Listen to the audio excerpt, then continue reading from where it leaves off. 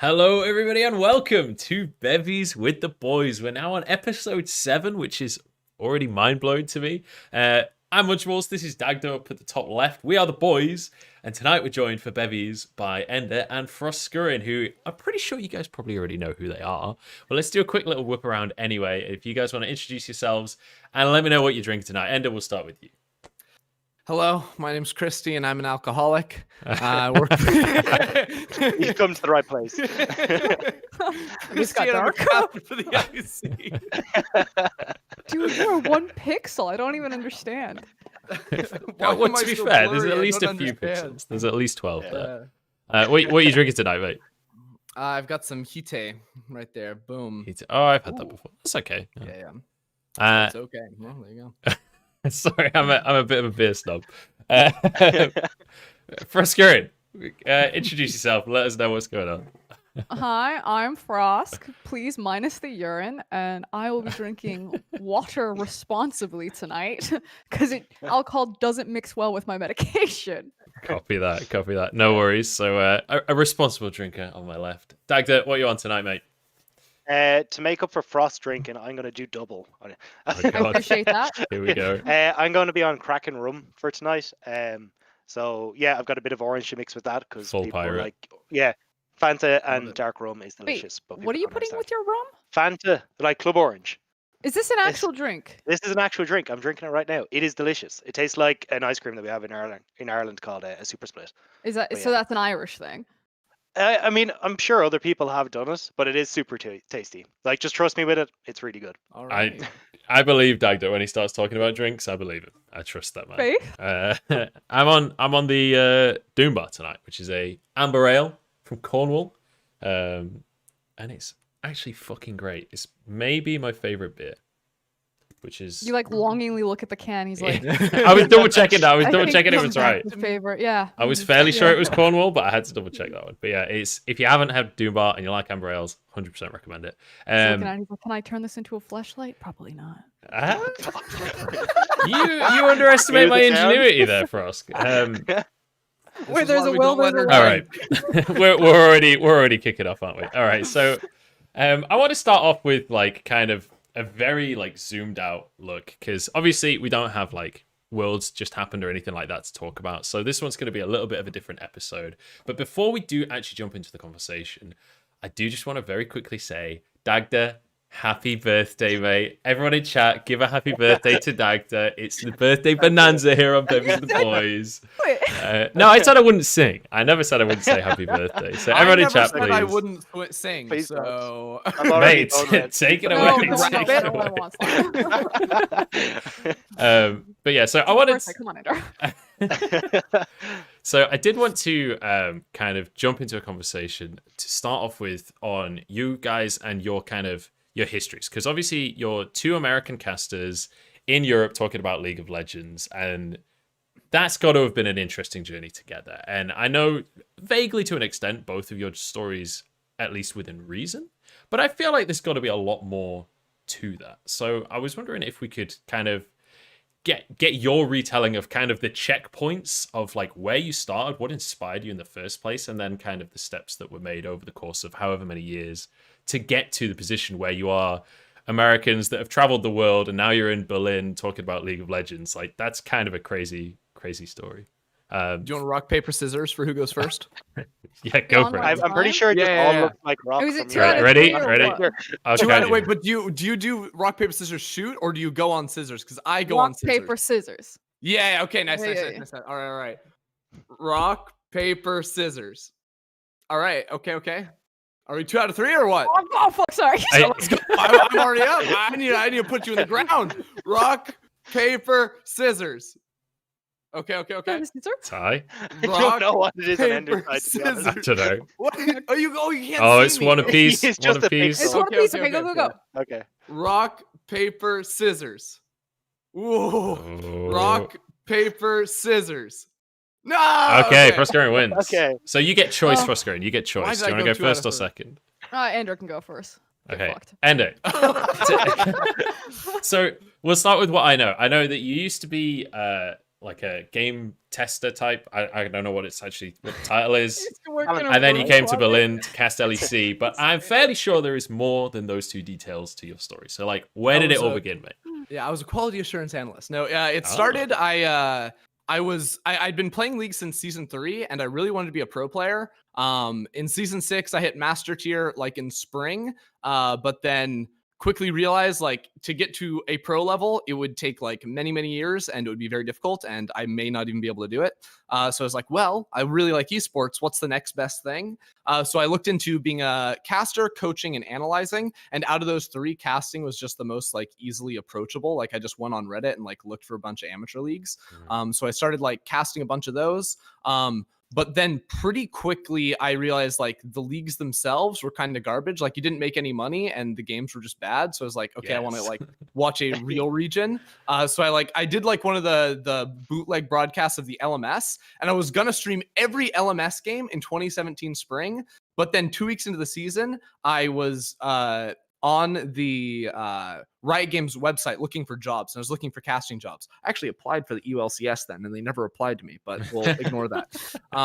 Skip over that little detail. Gloss over that part of the timeline. No, but I saw a listing for like to be a referee for the LCS, and it was like, sweet, I already lived in LA. It was a job that didn't need a college education. I had just graduated high school. So, oh yeah, that's the other thing. I took a gap year to try and make it in esports. My parents let me do that. So I got that job. I had to stop doing the LMS thing because it was just like the times were terrible for it. But then pretty quickly after that, I ended up going to the Riot campus on a like player labs experience, which is like they would email a bunch of players that lived around LA and invite them to test like new champions. So I tested Zion Rakan, dumpstered the play test. They were like, hey, you should consider joining the playtest team. So I applied, got in, boom, easy clap. And that was sort of the quick journey there. The checkpoints along the way where I got to go to MSI 2017 in Brazil. I was on stage behind Faker when SKT won MSI. Thanks to you. Yeah, all thanks to me. I escorted a fan off the stage after he jumped the stage, hugged Faker and the other members. That was wild. I see you saved Faker's life. Yeah, okay. I saved Faker's life. Faker bowed to me. Coma handed me his notebook at one point. He handed me his notebook, his phone, and his badge with all their strategies in it. And you just bolted. And you didn't run. No, I didn't run. But that legitimately did happen. But yeah, then working with the playtest team for the rest of that year, basically. And then towards the end of the year, around November, I want to say, Quickshot actually tweeted out like ULCS is looking for new color casters, like reply with a VOD. So I just replied to his Twitter DM with a VOD of mine, even though I was working at Riot, just replied on Twitter. And then he sent me a DM like the next day and was like, he replied to the tweet, check your DMs. And I had never gotten like notifications on Twitter before. So I was like, what is this? That was wild. And then, yeah, that's like the ultimate tweet reply, right? Especially from it was wild when you sent that VOD and he's like, check your DMs because that's public as well. It's like, I like how you feel like a got him superstar. a job, but he still can't get verified on it. It's just relentless, isn't it? It's every single tweet I see, every single everything. That is the reply. But sorry, I did just want to ask one quick question in amongst that story. Where does so you joined Riot as a QA analyst, but then referee first. Oh, so you joined as a referee and then became right. Yeah, okay, I wasn't sure if that was like some kind of as a referee. Between... I wasn't like a Riot or anything. It was like a day hire sort of deal. So like I would just show up for like the actual LCS days themselves, do the reffing, which was like super chill and easy. And then would be done. But I almost became head referee for LCS in 2018. I basically had an offer to be head referee for LCS or to go cast ULCS, and one of them looked better than the other, so I took that one. One of them gets your replies on Twitter. Yeah, one of them was just like, check your DMs, and it's just Quickshot going, sorry, you're actually just terrible. We're just not interested. Sorry for you. No. Oh god. Damn. So and then you made it to the DM looked like he was like fishing for information. He was like, so what's your give me your personal information, like name, phone number, email, like your credit card number. Yeah, what's the 3 digits on the back? Yeah. Mom's maiden name, the whole 9 yards. Yeah. But yeah. Then took me. I was in visa jail for like 6 months, and then they're like, actually, you don't need a visa. You're allowed to come here as like a business trip for less than 90 days, and then that happened. So we're all good. Sweet. So gamer from California, changed your mind about going pro, and then found an alternate route. That's cool. Pretty much. Froskurinn, I believe you've got obviously a bit of a longer tail because you've been around a little while in the esports scene. That's not an insult. I feel like that came across as an insult. Boomer. I'm almost 30. Same. Me too. Dagda now as well. He's joining the club. Oh, it hurts. Where did it all begin? And at what point did it all begin? Like, at what point did you become involved in the LPL? Because obviously, originally you are that LPL fangirl, right? Or that Chinese fangirl. So where did all that start? Like, at what point did it all really kick off? I'll try to give you the abridged version. Essentially, like Ender, I was trying to go pro, was never good enough. I didn't cap at Masters, I capped at Diamond 1, so there was like a big gap. I was like, this probably isn't for me, guys. Like, I'm out. And then I was just doing a bunch of streaming. Coaching and commentating didn't really exist in terms of like vocabulary back then for mainstream. So I would just called it like reviewing, and my viewers would send me their VODs, and then I'd watch them and kind of cast or coach over it, and then kind of like send it back. And my specialty used to be like champion matchups, which now, fuck if I know any of those. Like, that is a very long time ago. And some people from ESL saw one of my streams one day and was like, hey, you should try out and be a caster. So I tried out for what was then like the EPS. I think it was like their pro series. Basically, it was the North American Challenger scene. Where is this on like the overall timeline? Like, what year is this? It was like 2013, kind of. I started playing League back in uni. My college roommate was like obsessed with it, and like I had never played a computer game before. I was like total console only, and I remember being really mad that I couldn't use the arrow keys to move the champions around. I was like, what the fuck is this? This is bullshit. And we were like, I think I need to buy Kale right now while she's on rotation, or I won't be able to buy her ever again. Yeah. Like those were those types of fears. But I started casting EPS, and Zyrene used to work for ESL. I basically like took Zyrene's spot because he had just gotten hired by Riot then, and he was watching one day when I happened to be casting with a guy named Pyrotechnics. And Zyrene pulled us into a Skype chat and was basically like, you guys have talent, you should work together and continue to build your synergy, and then hopefully like Riot will try to hire you. And we're like, fuck yeah, let's go. So I looked at Pyro, I was like, I don't know you, you don't know me, want to cast together forever? And he's like, yeah, sure. So we how's that going? I was cool. Too soon. Sorry, that was meaner than I intended it to be. Dead. I love you, Pyra. I actually really like Pyra. He's a really good Pyra's guy. a good lad. Yeah, everyone puts me. So my legal name is Devin, and Pyra's name is Devin. So we were both Devin. It's terrible. And if you know Pyra, you know that spirals into a conversation for hours. Yeah. Anyway, yeah. I was living with Kelsey Moser at the time, and she was writing freelance for LOL Esports, and she had to pick between writing for the LMS or the LPL, and she chose to write for the LPL. And so she naturally was really into the Chinese League of Legends scene after IPL 5.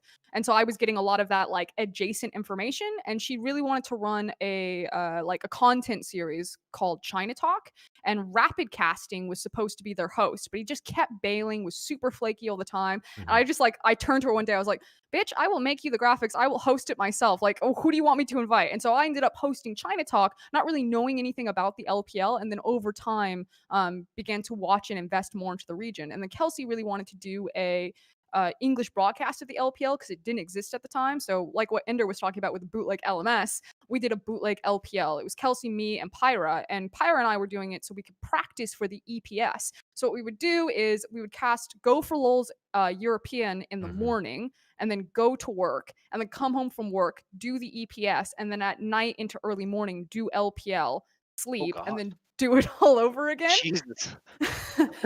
And we took that stream, I think we started with like 4 viewers, and our finals for EDG versus OMG, we got to like 48,000, and we went to Twitch in San Francisco. And Twitch and Garvey were helping us, like we were in studio, and Kelsey was like the observer onto it, and we like build the graphics, like ran everything. And then Pyra and I were like, we're we're gonna move in together. Let's go to Colorado. Let's get an apartment. We can build a whole streaming room, and we can run like the Brazilian English broadcast and the LPL English broadcast and the LMS English broadcast. And we're getting ready to do all of this, and Riot's like, cease and desist right now. Like, woo, police time.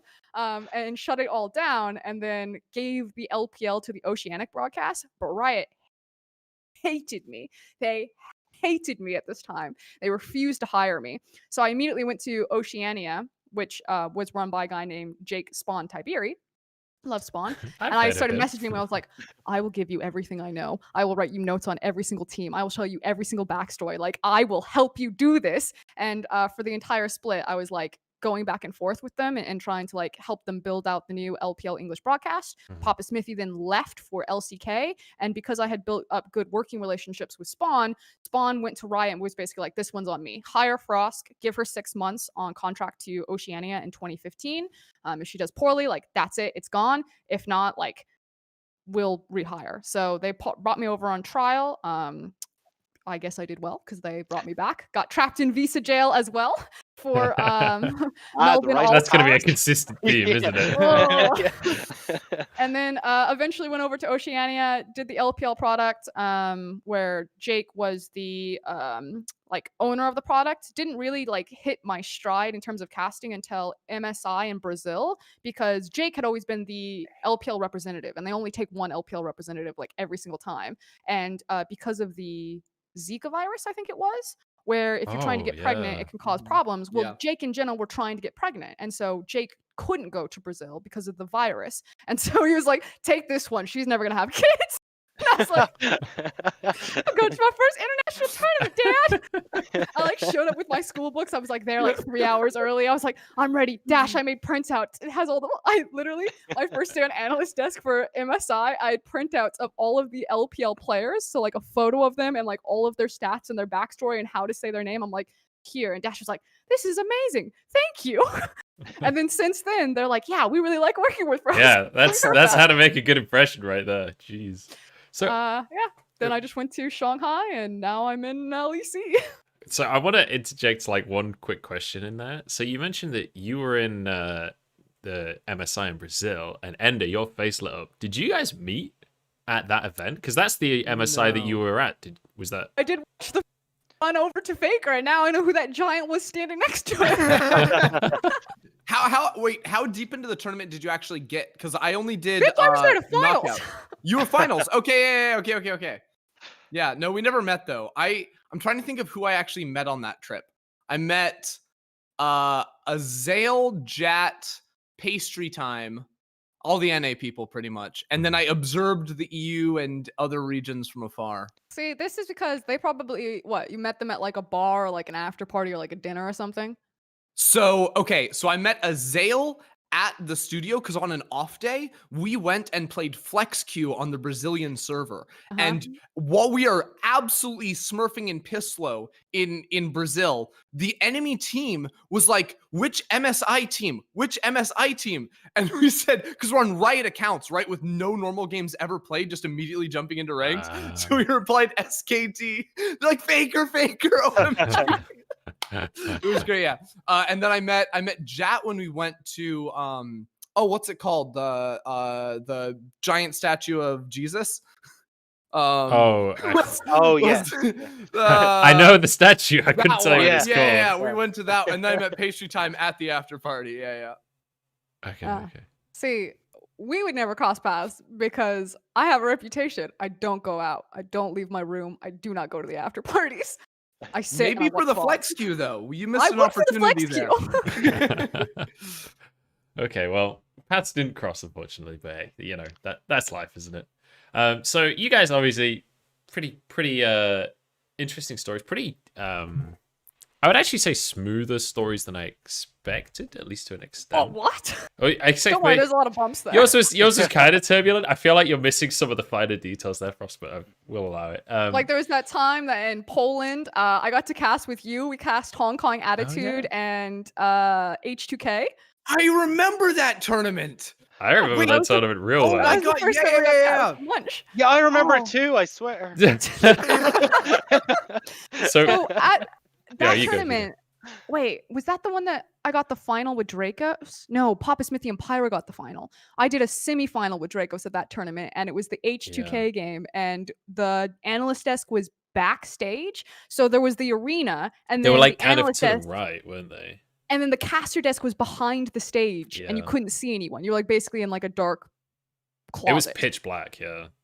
But for whatever reason, I don't know if I had too much G fuel or just too much stress, but I had like a mental breakdown in between some of the games, and I was like sobbing. I have no idea what happened. It was just like one of those things where you just like have a freak out, and Yeah. Dracos doesn't know what to do. He's just standing next to me. He's like, and the manager, Jacob was his name, I think. He's like bringing me a banana and like Kleenexes and water, and he's trying to get me to calm down. He's like, Oh, you mean Jacob he Harrison? disappears.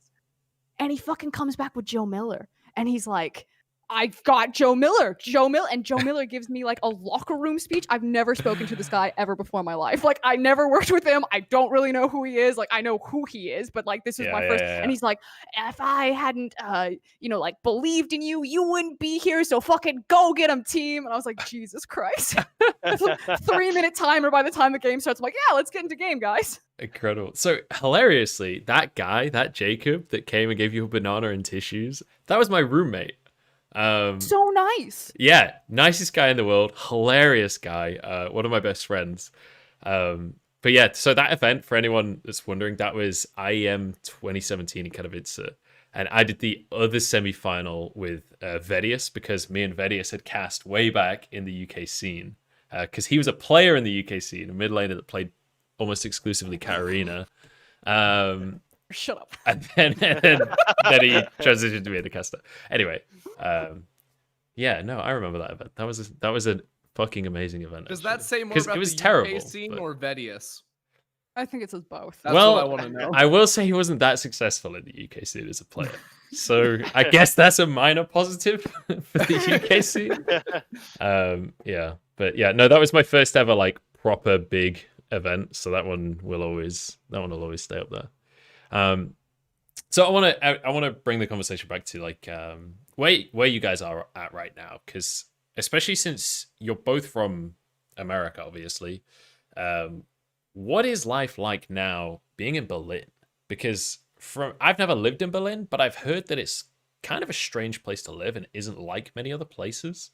Like, how does it compare to where you've lived previously? Like, what's good about Berlin? What's bad about Berlin? How do you like the life in Germany? Hype it up, Frosk. All you. Okay. I'm a huge Berlin fan. Berlin, outside of Sydney, Australia, is probably my favorite city that I've ever lived. You are correct that it's a really weird city. It's very international. It's not a traditional German city. I mean, obviously you can go to certain areas, because obviously, like, if you're a modern history fan, there's probably nowhere cooler in the world, cooler that you could live than Berlin. But like, I mean, the street art and the graffiti is crazy here. If you're super into that, it has so much history. The museums are popping off. The food, I think, is really amazing. I think it's really inexpensive. It's a super queer-friendly city. It's kind of got this vibe of like, there's nothing that Berlin hasn't seen. Like, quite literally. Yeah, you could do nothing to shock this city. So it just doesn't give a fuck. It's like, whatever, you do you. Fuck off. That's fine. And everyone dresses in black. It's got a great had a great club scene. So it's got like a little bit of everything. And I think it's just like one of the greatest cities in the world. And if people like come and they don't like Berlin, I'm like, where the fuck did you go? Did you just like sit in Mitte? Like, how did you not like Berlin? There's literally something for everyone. If you want to just get like tanked all day and fucking ride around the S-Bahn, like, you can do that. If you want to go get fucked up in a club, you can do that. If you want to go into any of the amazing parks that are all over the city. Fun fact, the parks are all over the city because Berlin, unlike other European cities or other major European cities, wasn't rebuilt after World War II because of obviously the Soviets coming in and the Berlin Wall being there. And so it didn't really get rebuilt until like the 90s. Like, there was a ton of like rubble and destruction around. So there's a shit ton of parks in Berlin that are in the shape of buildings because that's what they literally used to be. And because there was no money to fix it, they just put a park there. So you can go like a block in any direction and you'll hit a park no matter what. And it's just like this weird imprint of a building. That's cool. That's really cool. And how do you? Sorry, go on. Sorry, go on. I was just gonna say, how do you find it with the language and everything? I mean, Like I Super know easy. from being there, yeah, most people spoke English, but I was just curious, like, have you guys started doing the lessons and all that kind of stuff? So, or are you still Nope. just okay?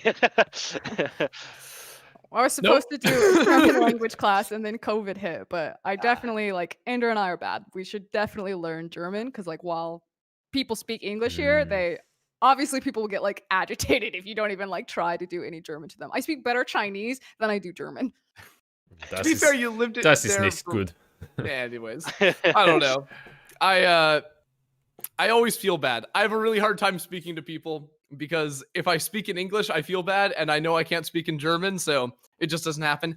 As a gamer, I'm convinced I can live any. Honestly, like the only like friends that I've made outside of LEC, I've literally met playing basketball. So like I go to like basketball courts and I shoot around, and like there's another person shooting, and they're like, "You want to like one-on-one?" And they just all happen to be American. I don't know why. Like it's not my fault. Like they're the ones coming up to me. So yeah, that happened. But as you can see, the internet not so good. I'm a very blurry man Right. apparently. Even though on my screen I look crystal clear. Mhm. But yeah, I don't know. So- Berlin's cool. Moving here when you're 19 from America, very cool. Yeah, and like so because you're from California, right? What's the Yeah, Los Angeles. right? So you're from LA, like literally the Yep. place that people dream of living, right? So what's the difference, right? Because I personally I absolutely hate LA. Like LA is the worst place in the Ooh. world. But Munch's taste. LA is like as someone who believes in manners, LA is the worst place in the world. No offense to you. I'm just saying like the Americans have a different way of taking it. Like and if you're English, it's really hard over there. I'm just saying from experience. Man. Really? It's really tough. Nobody says please and thank you. And also they look at you weird when you have good manners. You get judged for having good manners. It's really strange. I found it really difficult. Are you to sure deal that's with. an LA thing and not just like an American thing? I think it's like more a thing in LA because in Vegas people were a lot chiller. But either way, I'm not just gonna complain about LA. But I mean, like you can. Everyone tells me that I'm an idiot for thinking LA is cool, but I think it's cool. I think parts of LA is cool. I just didn't. I don't know. Driving an hour and a half every morning and every night, not good. For a 20-minute drive, Very true. It's just unbelievable. Yeah. And there's when no I public started- public transport. Yeah, the public transport is terrible. And honestly, like I had to learn how to use a train when I got here. Like it was a weird experience to like get on this train, go this direction, the S9, not the S7, like all of these like that was wild. But yeah, the first like month or two I worked at Riot, I did the hour and a half commute through traffic every morning, which was pure misery. But once you actually like move into LA and if you can get a place near work, like you really stop doing that. Like I was pretty much able to walk anywhere. And to me, the place in LA I lived, like West LA, didn't feel like as much a city as much it felt like kind of like a city suburbs mix. Like it was still apartment buildings, but it wasn't just like really tall buildings stacked next to each other with like restaurants all around. Like you would have to walk to the street with all the restaurants. So I was like 10 minutes away from Sawtell, 10 minutes away. Sawtell's where all the good restaurants are. And then 10 minutes away from Riot campus. So I could get pretty much everywhere. Here, there's just so much stuff around me that I rely on ordering food more than I should. I never leave the Live house. in like the Sawtell of Berlin. Yes and no. No, Because let me tell you, Sawtell has way better food. Okay, And yes, it's not no- even close. no one is going to deny that LA doesn't have better Korean specifically and Japanese and food. Chinese food. And Chinese food. But that's for very dark historical reasons. Whereas Berlin obviously has amazing Turkish food, like poggers. Yeah, True. Very I've true. appreciated it. I will say, currywurst, super underrated fast food. I don't know why it's not in anywhere else in the world because Disgusting. What? it's Yeah. The actually Berlin doner incredible, kebabs are honestly. just amazing. They're so Like good. they're okay.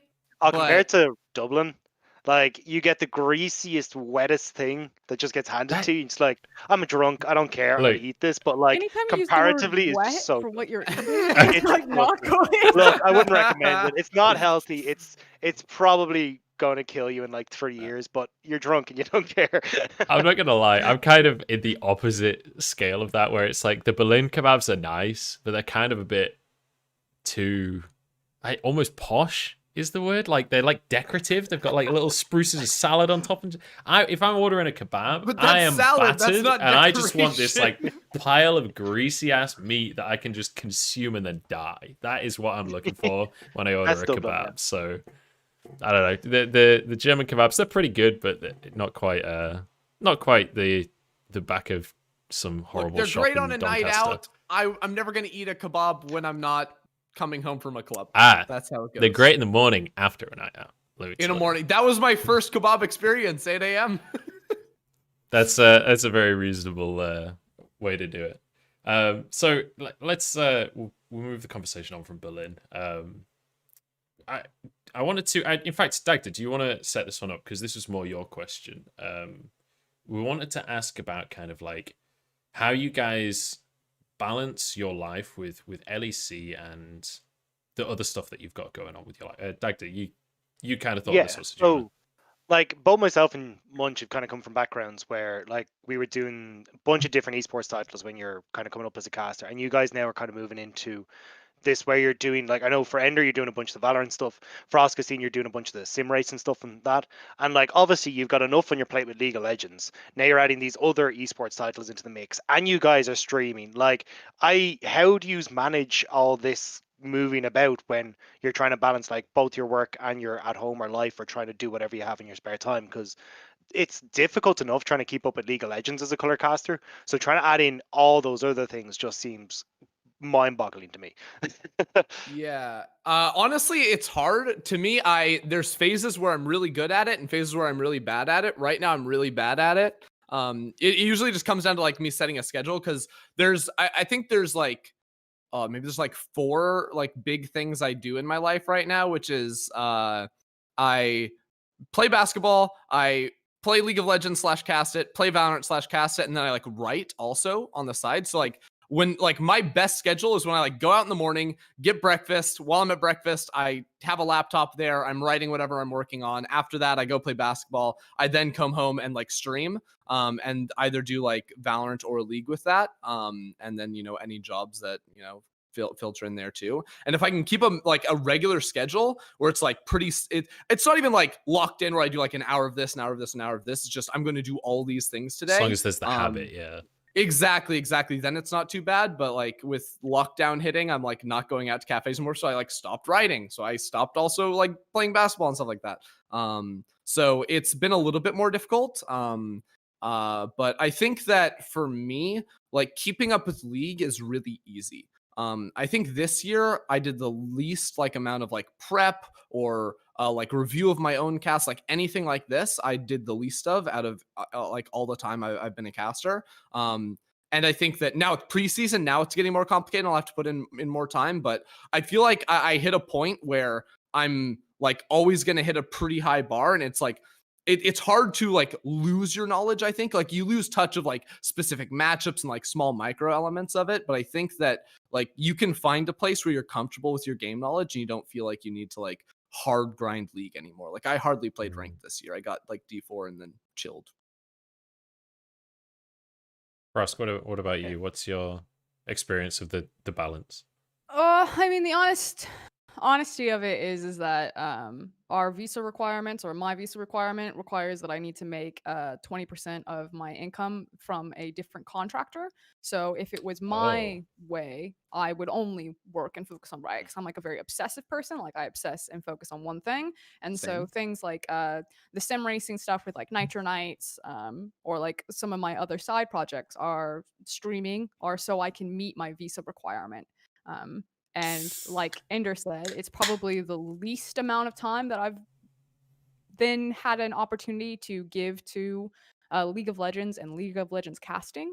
And I think that there's still like a lot of growing pains in terms of like the workflow systems, because Riot is now trying to figure out how it interacts with freelance casters, and freelance casters are trying to figure out how they interact with, you know, all their other gigs in terms of work-life balance, as well as with League of Legends and Riot. And it's just kind of this weird mixture of things, which is why sometimes you get like really cool products where you have like a Star Wars meme opening that like Ender, Dracos, and I like like Ender wrote it, Dracos and I just like showed up. We just like pulled down a curtain rod and just like threw that shit together. We had like no idea what we're doing. Like that shit had zero planning to it. Or you get like situations where you know, things sometimes get missed, or maybe things are a little bit like wonky and people aren't having like their best like on moments. So it definitely like needs refinement. Again, if I could, I would just focus on League of Legends, but it's just frankly not a viable option for me right now. Well, how do you feel about that transition? Like, are you, because you're so obsessive, do you find that you're then like fully invested in race simming and you're not even looking at League of Legends? And then do you find you're kind of, a lot of the stuff that you've done with League, say from a casting perspective, like how well does that transition across? Because I can imagine sim racing is a very different story from League of Legends. Yeah. A little bit. So the coolest thing about sim racing is, so like I haven't driven a car in 10 years. I sold my car when I went off to college and I have never driven one since. I'm like almost 30 now. So it's been quite a while. And I've never really watched like F1 or NASCAR or the GT series or anything like that.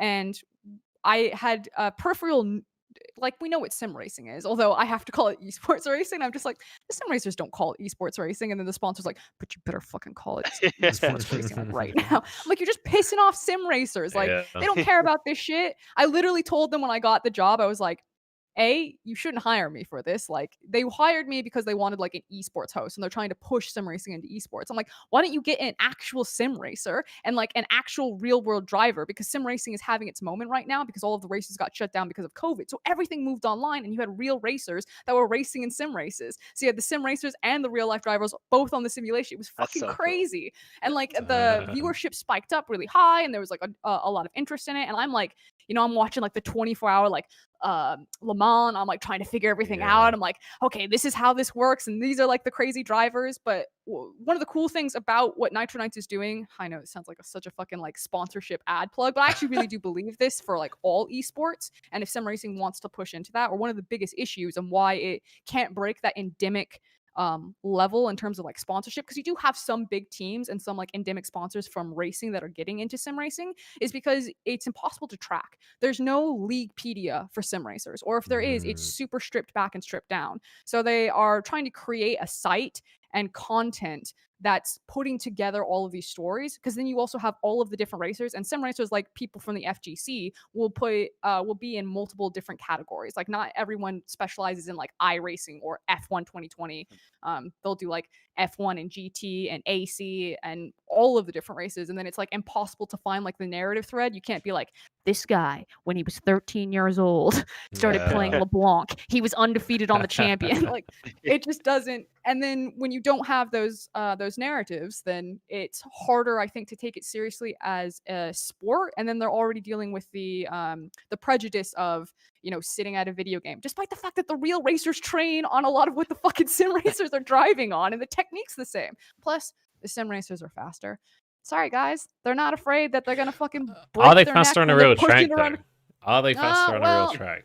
It takes time. They've only done so I've interviewed 3 what we call hybrid racers, which will be real racers and sim racers, and James Baldwin and Joshua Rogers are probably the fastest.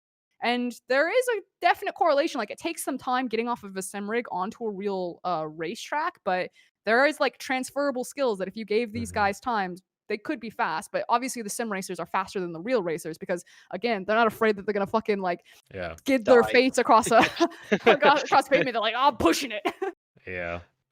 I mean, I'm not going to try too hard to get into the racing conversation. I'm not going to pretend like I'm an expert on this, but I watched Top Gear for a lot of years, and I've like had a peripheral interest in that. I've got a lot of friends that follow racing, and one of the big things that people always say separates like the really, really great racers from the good racers is that it's like they don't give a shit. It's like, if I die here today, it was worth it for the medal kind of thing. And so that kind of mentality and skill set is not something that is built up doing anything except racing on the track, right? So you have to wonder. That's actually my mindset when I cast games. If I die today, then I'm going down with double tier Ezreal. I've never seen it before. Yeah, Yeah, so I don't know. I'm not going to pretend I know anything about sim racing. I mean, I've never even driven a car, so I'm way out of my depth here. I personally believe I'm a really good driver, but I'm obviously fairly biased towards myself. I'll give you guys a tip so you can sound really cool to like any race fan. Yeah, do Senna. it. Everyone knows Senna, yeah? Even if you don't know racing, you probably know that name. He was really famous for multiple reasons, but what he used to do is when he would take turns, he would smash his clutch, and you could actually listen to the car. You'd hear it go like, Yeah. and it's because he learned on a kart where when you were smashing your clutch, it would like open the fuck if I know like car terminology. It would basically like open it up so the gasoline could get in, and think of it like you get like a boost. He's like fucking power boosting around turns. He's like flooding it basically. I've played Need for Speed. Yeah. He is Nost. But in F1, the engines similar. Quite the same. That's it. The engines meant that technique really didn't make any sort of difference, but because it was such a leftover habit, it was like the signature thing about when he would go around turns in his car. So there you go. Now you can have that fun fact, and interesting. Who knows? You'll win a pub trivia with it one day. Yeah, maybe. Perfect. Yeah. Maybe we'll see. I've not been to a pub quiz in a long while because of fucking COVID. Anyway, so I'm gonna move the conversation on slightly. We wanted to ask you guys a little bit about branding, which is a bit of a weird topic, and it's a kind of vague topic as well. But I feel like with you two specifically, you guys are really, really great examples of two of the like really strong brands within esports. And I think that there is some exceptionally strong brands across the esports scene, especially outside of League of Legends. But I think within League of Legends, you guys have two of the stronger brands within League of Legends. And I'll go to you first, Ender, since Frosk, you were just talking to us about the sim racing.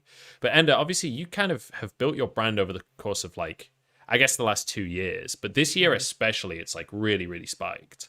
Do you want to speak to kind of how much of that was intentional? Like, was that something that you were like, okay, Weird Champ's a thing, let's fucking run with this baby? Or like, what happened? Like, where did it all come from? Like, how much did you kind of direct it, and how much of it was like natural growth?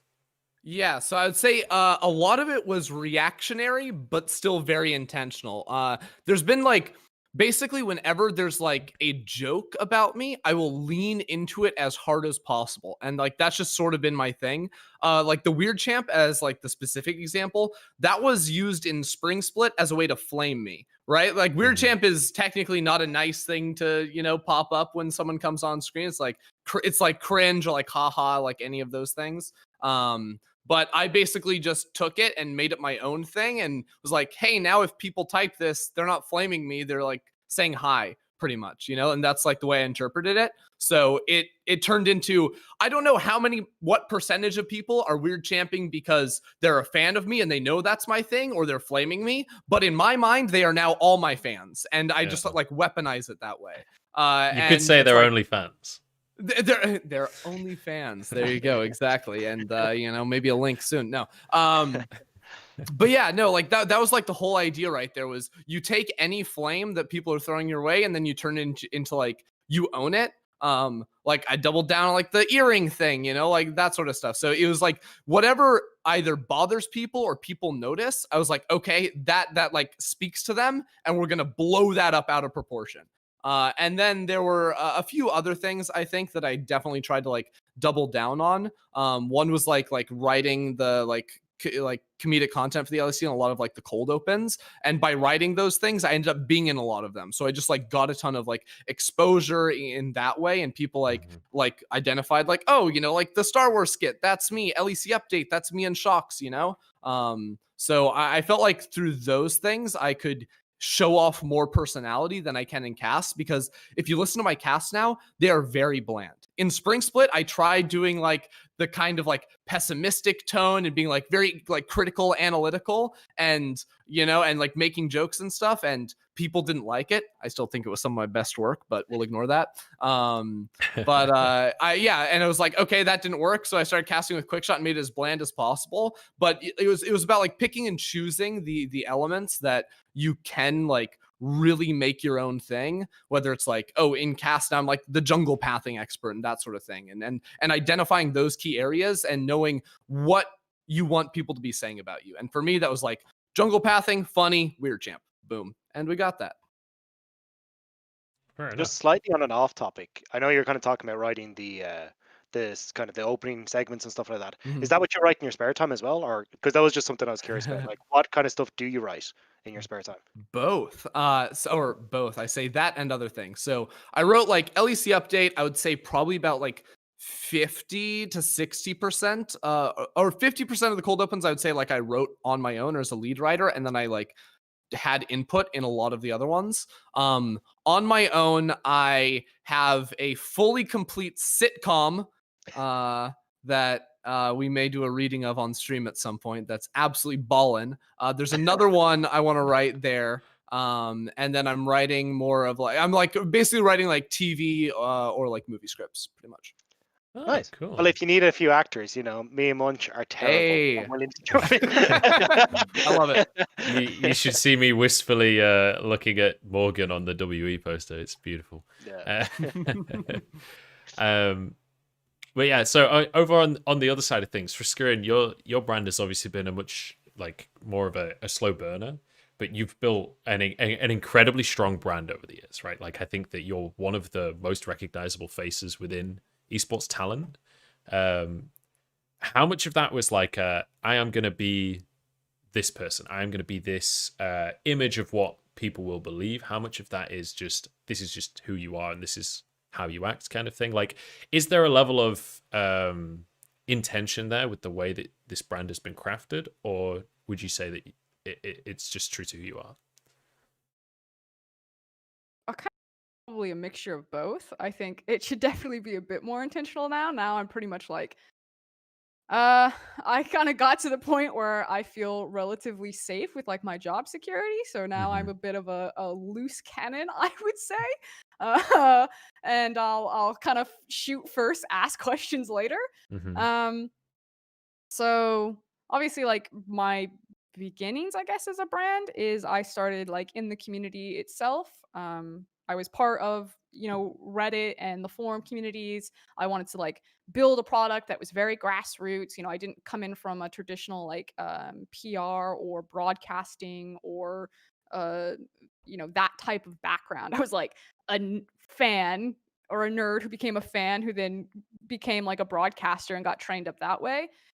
It obviously like it sits like on the gender sexuality lines where that's always going to be like a marketable thing. My opinion is, and it always will be, that you have to meet like everyone talks about like quotas with like a dirty word or like affirmative action and that type of shit. And I'm not going to like pretend that that doesn't help, but you have to meet like a qualification bar. Like if two people are of the exact same skill, then yeah, I will have an advantage being a woman when we're both equal skill. But the thing is that people always try to like take away the skill thing and be like, she only gets advantage because she's a woman, because she's gay. They can't do anything. It's like, no, motherfucker. I had to try for years. I worked really hard. Like, fuck off. No.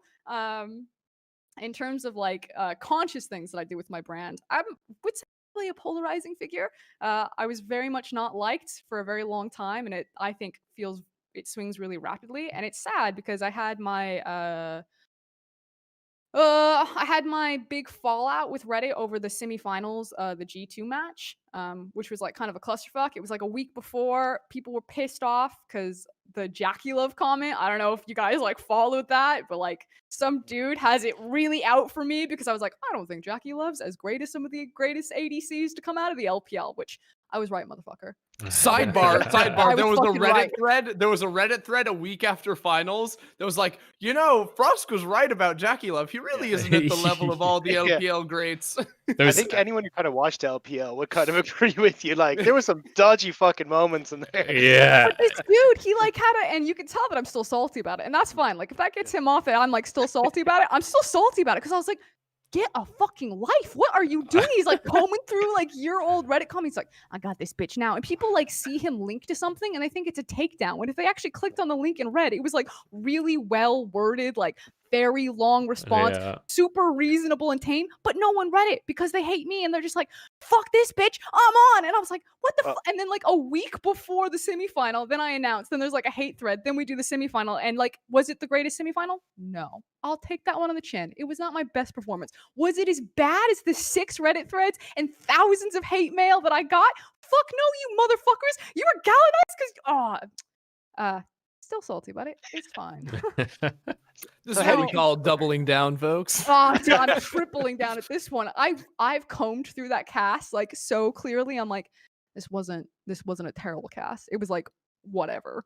And for a semifinal, then you can like have the conversation about like context. But oh my god, people just wanted to like burn me at the stake. But a few years ago, I actually believe right before Worlds, can't remember which one it was. It might have been 2016 or 2017. I knew that it was going to be like my first Worlds, and so I made a Reddit post after Worlds was announced, and I was like looking for feedback. And people still quote this sometimes. And I was sitting next to my boss, Jake Spawn Tiberia at the time, and he's like, "What are you doing?" I looked over at him. I was like, "What I'm going to do is I'm going to make a Reddit post asking for feedback. I'm not going to read any of it. I don't give a fuck what these people say. They don't know anything about my job. You taught me my job. But they don't actually watch me. They don't listen to me. And when I go to Worlds, they're finally going to be forced to listen to me, and they're going to realize how much better I've gotten, and they're going to think that they had something to do with it, and that's going to make them like me more." And it did. It worked. It absolutely worked. And that is my great reveal. I will reveal it now. That was so conscious and deliberate. And for years afterwards, when people were high on me, they're like, "I really respect Frost. She like came to us in front." I don't give a fuck about your guys' opinions. You don't know what you're talking about. How did I get my job? I had to have an interview with Jat and Deficio. If you think you know more than Jat and Deficio to say to hire me, get my job. Take it. Come at me. And now you can see the point of what I'm at. Yeah, I respect it. I respect it big time. Jeez. So how did you try and like deal with that then? Because obviously that's a lot to just be swung in your face at once. Like, do you just kind of zone away from social media for a while, or like how do you actually just what kind of answer do you want here? Whatever you're feeling. Whatever. You lead the way on this one. If you don't want to talk about it, that's cool as well. No, like super open, but sometimes like I can't read people very well, and so I can just like fucking push in, and then people sit there like, "Oh," and they just like drink. Just imagine we're at the pub and you're having a nice pint of water and we're just chilling and fair. getting hydrated.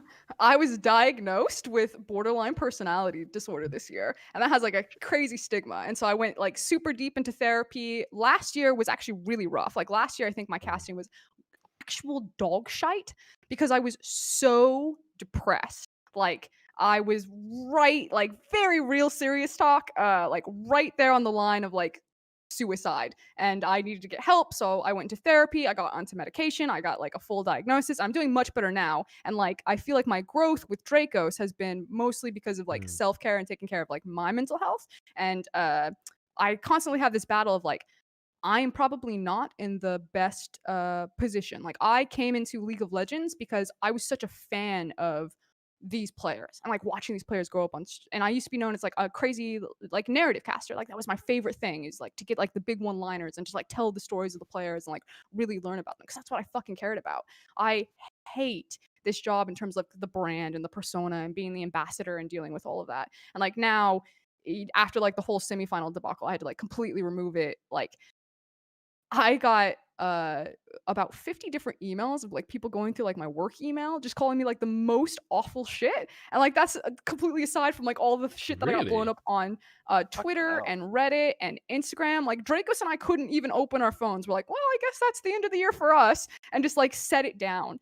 And I was like really struggling last year, and this year I think was really up and down. I switched onto I don't know if you've ever taken antidepressants, but that shit will fuck you up. And it's like, it's wild. You can get like really high or really low. And so there's like I remember I was casting with Dracos, and I was trying to figure out the time to take like my pill, and it's like 4 hours after you take the pill, and it kicked in right in the middle of one of our, I think it was like week 7 games, and I'm drawing on the telestrator, and I like just start drawing random circles. I'll try to go back and find in the game and like leave it. It was at that moment I was like, oh no, where will you be when the drugs kick in? Did you say that on cast or? Okay. Drake was just looking at me like, what the fuck? And I'm like, It's like you're like halfway through Jordan's like, I was like, record scratch. You're probably wondering how I got here. I'm not sure. If you go back, someone will probably dig it up. There's like 6 circles on the screen at one time. And I think Draco says something like, that's enough Telestrator for today. I can respect it. Damn. Yeah, But- that's really rough. Yeah. But And yeah, in all honesty, after the G2 semifinal thing, I was like, not the greatest cast, but holy fuck, like I was in such a dark place, like mentally. And then I feel like I couldn't say anything about it. I said something about it, I think last week, but you can't really say anything about it during the event because you're like, I Yeah. can't take away from Worlds at all. Which I don't know. It's kind of fucked, but like not trying to make excuses, but I will say that I wasn't in probably top performance there, guys. Yeah, and I do that's definitely fair. think it goes into a conversation as well of like, the industry that we're in is very rapidly to an extent becoming showbiz, right? Where this is television, and like there's an extent of as you're literally saying towards the end there, like the show must go on, right? You're not trying to detract away from the show and everything, but at the same time, you do have to think about yourself and you have to look after yourself. So it's definitely a difficult balance to strike, and I definitely don't envy I definitely think that you got more than your fair share of hate, not even just recently, like over the course of your career. I think it's. I mean, I think we all do. There's always like, the new face that comes in and like people just hate it because it's like new. It's why I'm really happy with what you guys are doing in the LPL right now because it's probably the most positive reception that I've ever seen for the LPL broadcast. I watch you guys' broadcast a lot. You guys are doing, I don't know if I've ever said it to you guys, but you guys are doing like a really fucking great job. So Thank you. please Nice. continue because it's like, actually, it's the only broadcast I watch outside of the LEC. So please continue to make a good product for me to consume because I don't want to watch shit. Just on Thank that, I just want to say I know all the lads as well. Like massive shout out to you and a thank you as well, Frost, because I know you've been super positive and supportive of us. So I know all the lads are super appreciative of you. So just wanted to get the chance to say that to you as well. Yeah. I mean, I think I spoke about this on social media, but just to, like make it like really clear because there was like so many questions about why LPL doesn't have a lot of representatives, and obviously there's like technical limitations that like go into it. From my experience, like working on the LPL, it's just because no one knows that LPL casters really exist. In my experience, when I was there, I won't speak for you guys, just my experience. So Riot Kick it mad. They just the people who are making decisions are they don't have the time to go and watch your guys' cast because the time zones aren't great. There's a shit ton to go through. It doesn't get a ton of traction in the Western audience, so they rely on educated voices who do watch that, which tends to be like a couple of people. And once they have their people, they sit on them. And it's because those people are talented enough that they don't really have to reach outside of it. But it does mean that we're constantly falling into the cycle where super talented casters and like in my casting career, I always learned the most and grew the most when I was at an international event because you're working at like such a bigger broadcast and you're around so many different people. It is such a huge barrier to entry and kind of like going to the next level as a caster to get to work on those events. And I think it, in my personal opinion, is super fucked when we don't get more of our I don't want to call you guys B tier casters because I think it's just like such a dirty word, but like more of the casting family like involved and like more voices in there. So I will try to advocate for you guys harder. I think that's what it always comes down to. It's just like more advocates, but I don't think it has anything to do with your guys' quality of casting. It is simply like an eyes on you and unfortunately like such limited places for such a very stacked roster. Well, thank you. I appreciate all the kind words, Appreciate of it, yeah. course. I do think that there's a conversation there that I don't really want to delve into right now, but there's a huge part of the conversation that I think, obviously there was like a couple of Reddit threads about LPL casters not being involved and all that kind of conversation. There is an extra factor there of like, there can only be so many casters.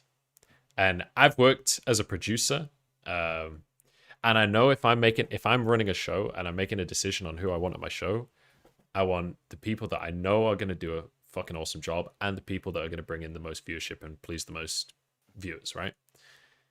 And if I'm producing worlds and there's these 4 guys that have basically just started casting, as far as I know, and I've got all of these guys at LEC and LCS and LCK that everyone already knows that have hundreds of thousands of followers on Twitter and blah, blah, blah, I'm going to hire those guys because I don't have any budgetary worries. So like that, just to add devil's advocate in there to argue against my own case. But I don't want to really get into that conversation too much because I think Munch, that's... if you could shut up, actually, please. Yeah. We're trying to get. I'm just trying to explain that there is more to it than just like who is a good caster and who's not a good caster. I totally agree with you. It's always going to be like nuance, and there's like very easy arguments of like other way, like brand size and time zones and work even just familiarity. the logistics of everything. Brand size is my least favorite argument. I hate that one. Yeah. Well, I am almost at 3,000 followers, so I'm skyrocketing. Killed Ender. Where did he go? We'd start talking about brand size and he ran away. It's just like I'm out. I'm not verified. Wait, I just DC'd. No, the overlay's Right the now wrong I'm way in there. round now. Oh, don't change Oh, it. it's okay. great. We're bringing them back. I'm coming It back. fixed itself. Oh, thank God. Let's just save me like 10 minutes of bucking around. All right, so I feel like we've kind of excluded you for a little bit there, Ender. I probably could have just disabled video this whole time, and that would have fixed my connection. Like if I disabled all of your like a videos. cactus, so Oh yeah, Hold you could on. disable our got a videos. strategy. Yeah, to improve You are slowly but surely the becoming net. While you figure out your strategy, I do want to pivot that original question that was a bounce off of Frost talking about the semifinals and things over towards you as well, Ender, because actually, especially last year, as you mentioned before, you got a ton of hate when you first came into the LEC. Like, what was were you similar to Frosk, where did you have like coping mechanisms? Did it not bother you that much? Like, how did you deal with the amount of hate that was being thrown at you when you first got into the LEC? Yeah, well, it was actually really weird for me because I felt like in my very first split, I received almost no hate. There was like not actually a lot of recognition that I existed. Yeah. Like because I know that 2018 feeling. summer was my first split, and I was just kind of invisible. Like the only hate comments were like, "His pants are too big." That was it. I was like, all right. Hey, that's pretty good. So to me, I'm like, okay, I guess I'm good, and it can only get better. And then at the start of 2019, it took a pretty big dip. And for me though, I feel like I have always been one to like take criticism, anything like that, like very easy. Like I don't really care. Like I'll go on Reddit all the time and like read hate, and it doesn't really affect me. Every like few months, it'll like pile up, and like real life stuff could be happening, and like when it all adds up, that's when it can like really hit me hard, and then it's like pit of despair for a few days. But for me, I feel like I can get into those threads sort of no problem. And it's the same idea of like, I can deflect it really easily. Like the weird champ thing, I make it my own, or I see criticism and it's like, a lot of it is just baseless. And it's like, I hate you and there's no reason why. And I'm like, okay, if there's no reason why, there's nothing I need to change. So whatever. And then like very rarely you'll see like a trend of something. Like for me, it was like my breathing. Was something that a lot of people noticed, and I like just worked on that. Breathing.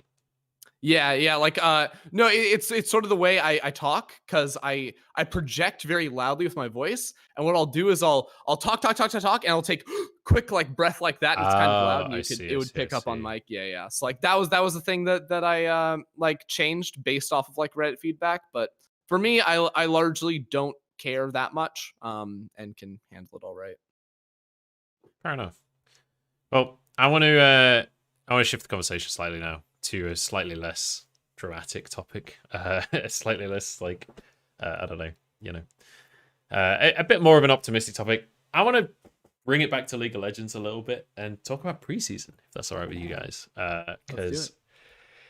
because fucking hell, what a preseason! I want to bring up a weird concept and just start the conversation here. In that, first off, the preseason changes are so dramatic in the size difference between different preseasons. Like the Elemental Drakes leading into Elder Dragon was season 8, if I'm not mistaken, and then season 9 was like alcoves.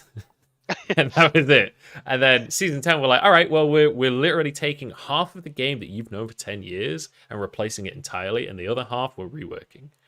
And I had a conversation with someone earlier on today where we kind of toyed with the idea of like, what if you did this with the champions and you replaced like a third of the champions, some of the outdated ones or whatever?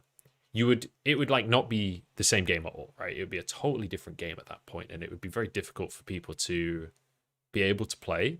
I feel like there's an extent to which that is kind of what has happened with the items, because like I've played this game for 9 years or something at this point, and like the whole time I could play Corki, I could build Triforce, I could build an Infinity Edge, I could build a Phantom Dancer, and I'd be pretty okay, right? Like, is Corki always meta? No. Are those always the best items on Corki? No. But are they reasonable items on Corki? Yes. You can't necessarily do that anymore. And so from a casual player perspective, this update could be really brutal to a lot of the like peripheral League of Legends players being able to continue playing League of Legends. Like if I'm a super casual player and everything's changed completely, and the few things that I did know, I don't know anymore, I might just give up. Like, where do you guys sit on how dramatic of a change this is? Do you think that it's a necessary change? Do you think it's a good change? Do you think positives and negatives? Like, where are you guys at with that? Because I'm kind of still really torn. I like some of the changes, but I also feel like it's really difficult to even know where to start with this. Yeah, so I'd say day one reactions, like I'm not like ready to say is it a good change, is it a bad change. Like I am a big believer in the team that works on the design of League of Legends. I worked with them. I'm biased, whatever, but they're all very smart people and have very like they think about the game in a very good way. I think it's actually very good, no matter how much hate they get. I think I should make a podcast, and I don't steal my thing. Working on it. But basically, I think that super casual players, not super concerned about. If you actually look at the stats, there's an incredibly high amount of players that just build recommended items in that order.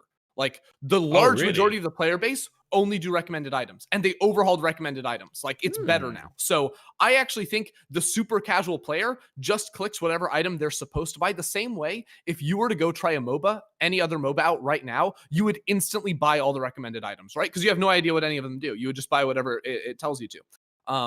The majority of players do that. So they're actually not in any sort of concern.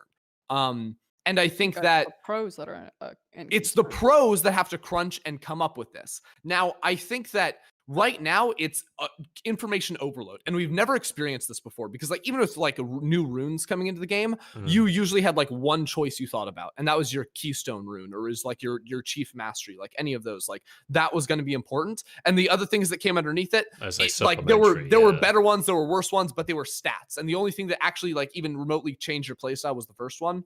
The new items all dropping at the same time is going to be really, really hard to adapt to quickly and figure out what is best. But in 2 months, every character will have the best items. Like it'll be the same thing where everyone has their go-to builds. You know pretty much all the situations, and there will be guides, and you'll see what the pros are building. It'll be very natural to everyone in 2 months, and that's why I think like this change is good.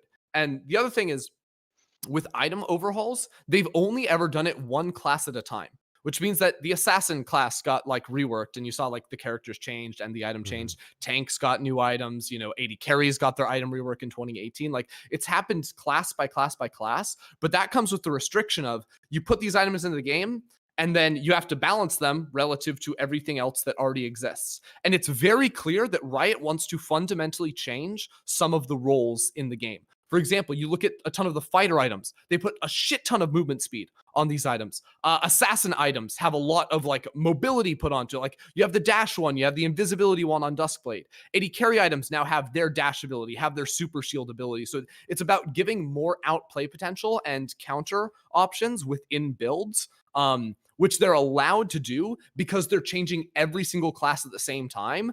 They can figure out what is the threshold or what is the what's the status quo, and they can balance everything to that. They can set that now as opposed to reacting to whatever has already existed in the game. So I think it's the only way they could have gone with like actually meeting their goals of multiple class item overhauls is to hit everything at the same time. So I guess what you're saying is that they're trying to essentially think like, okay, what do AD carries want? Let's see if we can give them that in items. What do bruisers want? Let's see if we can give them that, and like try and do that with each role of like what would level this role up?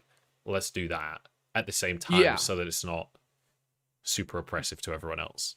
Exactly, because as people get better and better about the game, the roles and classes get so much more binary. AD carry is the stupidest thing to ever exist. Their right clicks are a spell with a cooldown of half a second, and it's point and click. Right? It's so ridiculous that class exists. There is so little skill expression there other than your positioning and not getting one shot. So little. It's hilarious. So what do? They used to be more power. Yeah, but people will listen to games. Better. They're making your class better because what do? They take power out of your no skill button, which is your right click, pew, pew, pew, pew, pew, right? Bill, that's how I express it. No, you don't. That's how you express stats. That's not skill. Stats do not. I'm okay with that. I'm okay with not needing to be skilled. They give you a dash ability. They give you movement speed abilities. They're giving you outplay potential, and it makes your class not binary. I'm fucking playing Valorant and League of Legends. I'm just here to click heads. The thing is, in Valorant, clicking heads takes skill. It just doesn't in League of Legends. You just play Caitlyn. If Mark Merrill called me up on the phone tomorrow and you said you are in charge of like you are the lead balance like philosopher, we'll call him on League of Legends, I would delete AD carry from the game. I would remove that shit in a heartbeat. Get that the hell out of here. All AD carries should play like Ezreal or like Lucian. I'll give him the double hit. Like that's cool. Like it should be spell slinger AD carries with mages in the bot lane, bruisers in the bot lane. That shit would be sick. But there's way too many players that love their little right click and they ruin the game for everyone else. Personally attacked? Yeah, that's right. Jackie Love sucks. I'm not gonna lie. I hovered the remove from group button while you were saying that.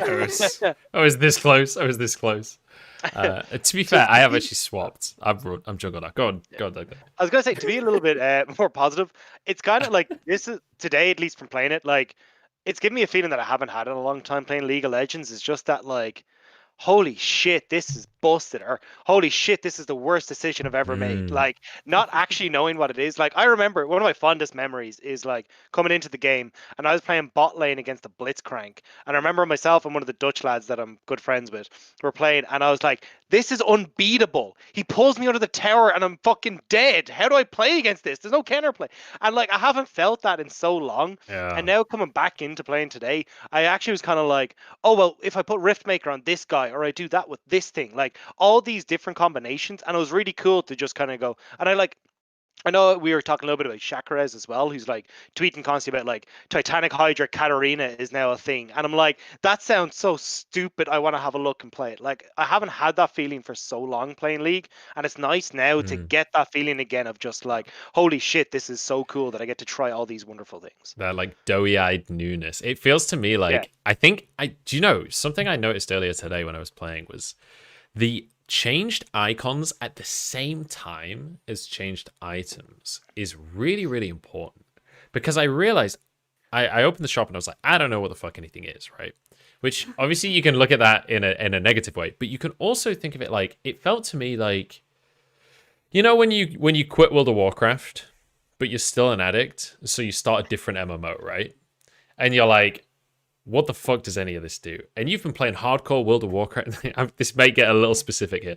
You've been playing hardcore World of Warcraft for 3 years at this point. You've been like raiding hardcore permanently. You've been like playing PvP and shit. You know everything there is to know about World of Warcraft. Then you play this new MMO and nothing makes sense and you don't know what anything does. And you suddenly remember how to enjoy a game, like Dagda says, because you don't know, and you gradually figure it out, and you're like, holy shit, this is busted as fuck. Holy shit, this is busted as fuck. And you discover things. But I think if the icons had stayed the same as before, like Deathcap, for example, right? The item has changed a bit, but it's still fundamentally Deathcap. Even with this even with that, like the fact that it has a new picture means that you have to go hover on it and figure out what the new version of Deathcap is. So it's kind of like, even if you have read everything, it still feels like there's a little bit something new there. There's something to discover. And it feels, you do get that kind of childish joy of figuring it all out again, which is, I'm just glad that they disabled ranked for it, you know? That ranked doesn't actually matter during preseason, because it's childish joy now. If it was in ranked, it's not childish joy. We were playing ranked flex earlier today. We were just giving away LP. But it's not real ranked, right? It's not real ranked. It does affect your MMR, just less so. Hey, we're leaving the country. We don't mind. Yeah. Fair. Honestly, so more LP tier. Real talk here, I think that Riot actually did the biggest mistake Riot made is that they dropped everything at the same time. Now, I think you should drop all the items at the same time. Do the entire item rework right now, today.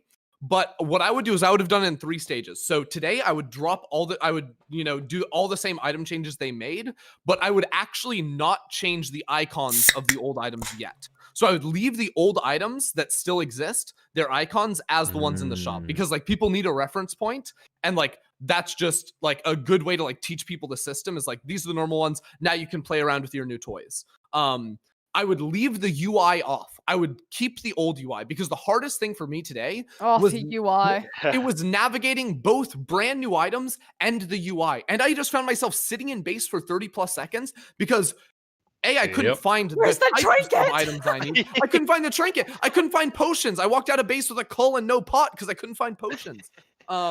But it's like you gave people way too many different things to think about. If you did new items this week, next week you drop the item icons for the old ones, right? You update those, and the week after that you release the UI. Then the players that have been playing this whole time, they understand what the good items are, and now they can use the new shopping client, and it'll be fun. Here's the thing though. This is actually the 5-head play. Reddit can't complain about everything if you drop it all at the same time. They'll forget to complain about some of the stuff. They'll get used to the new shop because they're busy complaining about the new items. So you can just match it all up. It's just a way to dodge hate. Sorry, Frosk. What's your take on it? Because I feel like you've not had an opportunity to jump in here. I've not had anything intelligent to offer either. So unintelligent discussion is perfectly welcome. Ender's always going to be like the go-to person for talking about like balance. I always think he has like such an eloquent way of putting it, but I only look at patches as soon as they're live in pro play. I spam. This is how I play ranked. I'm like, okay, I'm really gonna climb. I'm gonna take it seriously. And then 2 hours later, I'm like, fuck it, I'm locking in Fiddlesticks bottom. Let's go. I'm just running it down. I love running it down. It is my favorite thing to do. Reported. I am all about. Today I played basically every single 80 carry in like our 6 games that we played as Caster Flex. We were just like, I saw your cogmore. Yeah. Hey, I played lane phase fine. You got a lot of CS with that passive, I have to admit. I was maximizing my passive. Is it really maximizing Kogma's kit if you don't die on it? Because I just wanted to see it, but fucking I love that shit. I love just taking 80 carries and building stupid shit on them. I love getting bored and just being like, fucking, I'm bored, let's go in. And then you just like, everyone feeds, like, I guess we're through the game. I'm like, okay, let's do it again, run it back. You've reminded me of something there where you said, fuck it, I'm bored, let's go in. There's a screenshot of Lou Mao's in-game communications where he's like, I'm bored, can we fight now? It's like, that's the smart passive team from LPL. That's the smartest team in the LPL. Their shotgunner is like, I'm bored, can we fight? Sorry, just random thing. Watching Crisp in that NEST game where he was playing the set, I'm like, this motherfucker's bored right now. He's like, he's running around. He's like, I should just be zoning control and just like taking care of space and like moving my vision line. But he's like, fuck it, ult this guy. And I'm like, oh, Crisp. I'm not gonna lie. I don't feel like the teams are taking NEST that seriously. I've watched a lot of NEST at this point. I'm not convinced that they're super interesting. Honest, they don't take the regular season games that seriously either. That's true. But yeah, so yeah, unless anyone else has anything to add on the preseason, I feel like we're still very much at the precipice of this. So I don't want to I'm not going to try and ask analytical questions from you The guys. only thing is, I'm just terrified because I know that LPL starts first, and I'm just like, I gotta God. introduce this shit. I was like, I And have no fucking clue. And like, I can't even go, oh yeah, look, I'm gonna watch the NA lads or you guys in LEC work it out first, and I'll just write notes in the background. I'm like, fuck me, I gotta deal with this. I'm just gonna Not learn the only that- names of the items and then just throw you under the bus. What does Kraken Slay do Yeah. again, Dagda? Yeah. But Stop. it's also right before Chinese New Year. So not only do you get like the items first and like new rosters, new teams, new items, but those motherfuckers don't care. They're like, Yep. I've got 2.5 weeks just to run this right now. Let's go. The casters are like, yeah, they should be doing this. The teams do something completely different. The casters are like, I am correct. Really, I am. I swear I know what I'm talking about here. Yeah, you're I not have wrong. one final message to chat about preseason and about new changes in general. we go. Don't be day one reaction Andes, okay? I don't want to see strong opinions out there on the internet. You can have Okay. opinions. Opinions are great, but they better be some weak I ass see. opinions, okay? Hmm. That's what I'm saying. Like, you can have your opinion, but you better be ready to change your mind in an instant, okay? And I don't want you going out talking about a new item like it's the most broken thing you've ever seen. It's like, my experience was it was really broken, but not like, oh my God, Riot, please nerf. Like, get some more time on the patch before you start yelling into the void of what's good, what's bad, what Riot has ruined, what they haven't. Just please stop. Ender, I have a question for you. Yeah. So what do you think about Samira? It's been more than one day, I will say. She's undertuned. Oh, he said it. He said it. I don't believe you. Look up the Dab win rates. unironically. He doesn't even lie. I don't think know. just bouncing off Ender's point, like, I think it's going to take a lot of getting used to as well. Like, say, like the Duskblade stuff. I was playing against the Kane earlier on today, and everyone was like, he used his ult, and it's just he'd killed someone and gone invisible. Like, it just takes some time to get used to it. So, like, I think once people start to get used to what the items do and like how to actually play against them, it'll all make a lot more sense rather than just like completely misinterpreting what's going on and then saying it's fucking busted when you were just being an idiot. I will say, weirdly, in the defense of people on Reddit, there is an extent to which complaining on a public forum about something that just fucked you in solo queue is incredibly therapeutic. And everyone else that's upvoting that is also just getting that cathartic click of like, yeah, fuck this shit, man. I also just died to this Katarina that's now building AD, apparently. Fuck this game. Or I also I got one shot by a Shaco that had a Duskblade, and he killed me with his E that scales only off of AP, as far as I know. But he still did like 350 damage with his E, so fuck only knows what's happening in this game. I could have made a Reddit thread. I chose not to, just for you, Ender. Just for you. Oh, I didn't make that appreciate Reddit you. thread. I'm going to be honest. It's usually not Reddit that tilts me first. It's usually other casters. Like today, I was watching Medic stream. He said it just tilted you. No. Here's the thing. Here He we go. dies to an Alawi with 17 kills. And he starts talking about the items. I'm like, have you not seen an Alawi for the last 5 years with 17 kills? It kills literally everything it sees. The My same thing favorite- happened. There was a Caitlyn that did the same thing. A Katarina that did the same. It's like, it's not the items. It's just that they're 5 levels over you with a full build at 24 minutes. No, But it was the This- items that got them to that point. Go on, Frosk. This is how I feel when Azael, and it was somehow considered controversial when Azael came out and he was like, basically the most wet take ever, which was, guys, I don't think all of the conversation about items really has that much of a breakdown on what happens in these games, which I 100% agree with. True. Teams do not win and lose by how they build fucking items. That's just the Except easiest thing very to fringe criticize. cases, yeah. Oh, just super French cases. Yeah. You know why they lose? Because they get bored and they run it down at the wrong time. But also, Before they have their items, Frosk. Before they have no. If they ran it down with the Leandries, it would have been fine.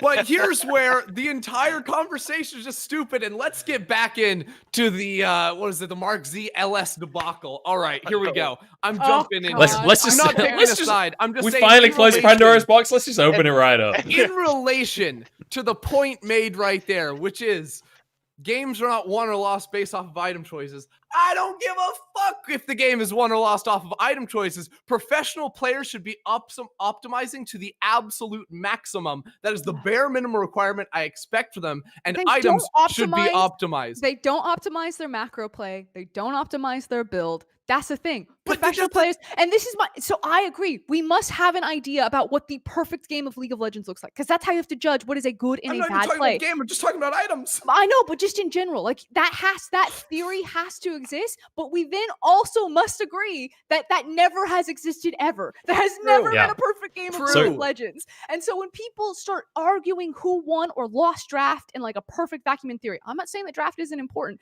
but I am saying that, listen, motherfuckers, I know that that team has the stronger draft, but if you turn off the Dude. nameplate, doesn't matter. I say this all the fucking time. Dagda can attest. I've argued with Lyric to the end of the day, like, about draft is not everything. But anyway, I agree, but I'm gonna counter your argument here, Ender, with of like players should be doing a perfect build every game.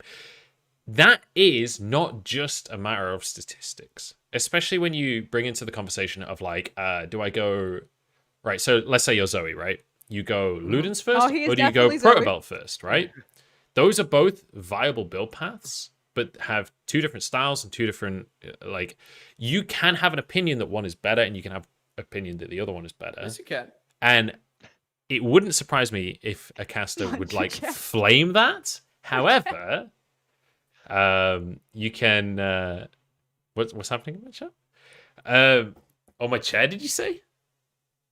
I'm lost. Anyway, opinions or not, like there are different ways to build champions without it being completely in, and for it to be okay. Yes, I agree.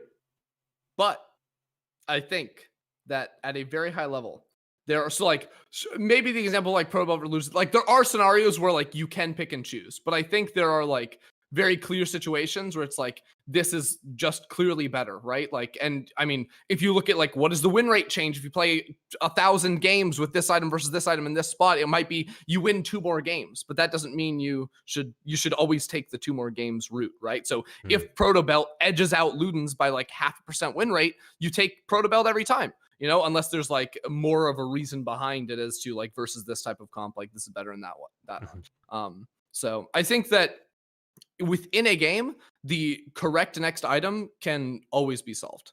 I don't think I've been presented a situation where someone can be like, you can build either this or this. They're both fine. It's like, well, maybe there's a split where it's like to accomplish this goal in this game, you build this item or this item, but then you can look at the goal and be like, well, do you need to accomplish that goal? If yes, then you do that item and that item is correct. So I think you can always actually solve that. I think that's how it goes.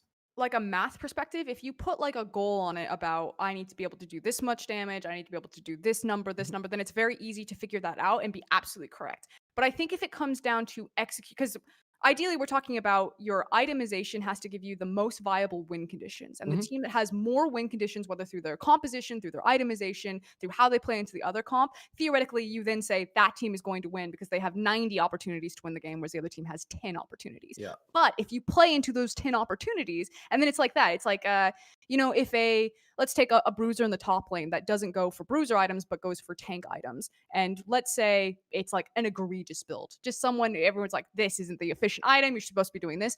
But if they play in a way that they are relying on, like the Black Cleaver versus Trinity or whatever the fuck that people were arguing about, like they rely on CDR, or maybe you go for like a Gargoyle Stone Plate and people are like, what is that guy doing? But he's only about like getting into the back line and having the tank stats to just survive or to tie up and disrupt something rather than having like the best case damage scenario. Like I think that's when you get into the discussion of how does your items actually change your play style and like what your win conditions are in the moment and what your responsibility is into that team. And with this champion, I can either be, this frontline damage burst side lane, or I can be something that people normally don't see, where I'm Spirit Visage, fucking Knight's Vow on Omnistone. Jarvan every day. Yeah, because I 100% agree with you, and I think my point would be that if you can solve what play style is best to win the game, highest win rate, etc., then you solve the build, and therefore builds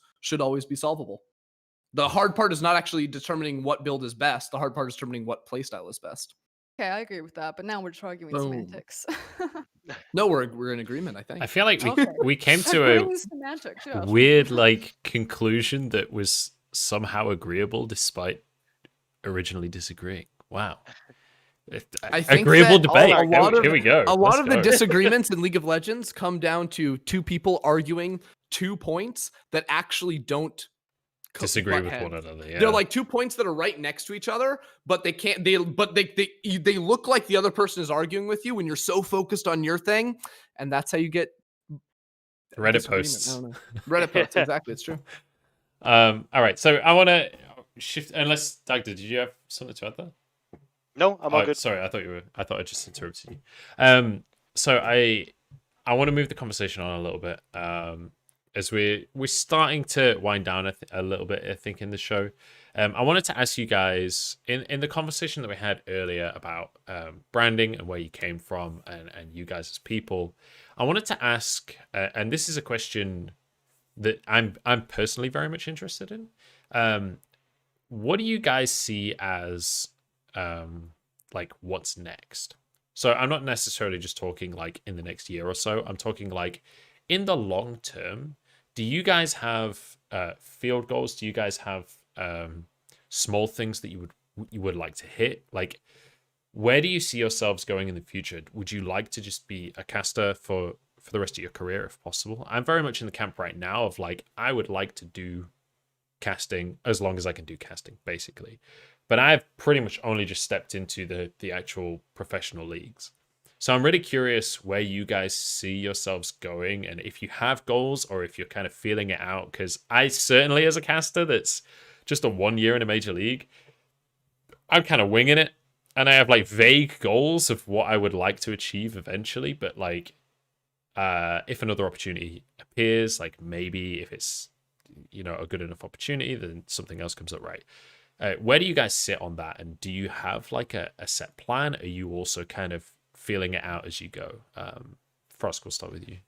Oh, Dagda, you look like you want to say I was just saying, Ender, we know you're going to make millions off your sitcom, so we'll take that out of the equation, and then we'll work from there. outside of royalties. Outside of royalties. I care very much about talent development. It's something that I worked a lot on in Oceania and then briefly in LPL, and I tried to work on it into LEC, but it didn't really take off, and I wasn't the person who was like deemed responsible for it.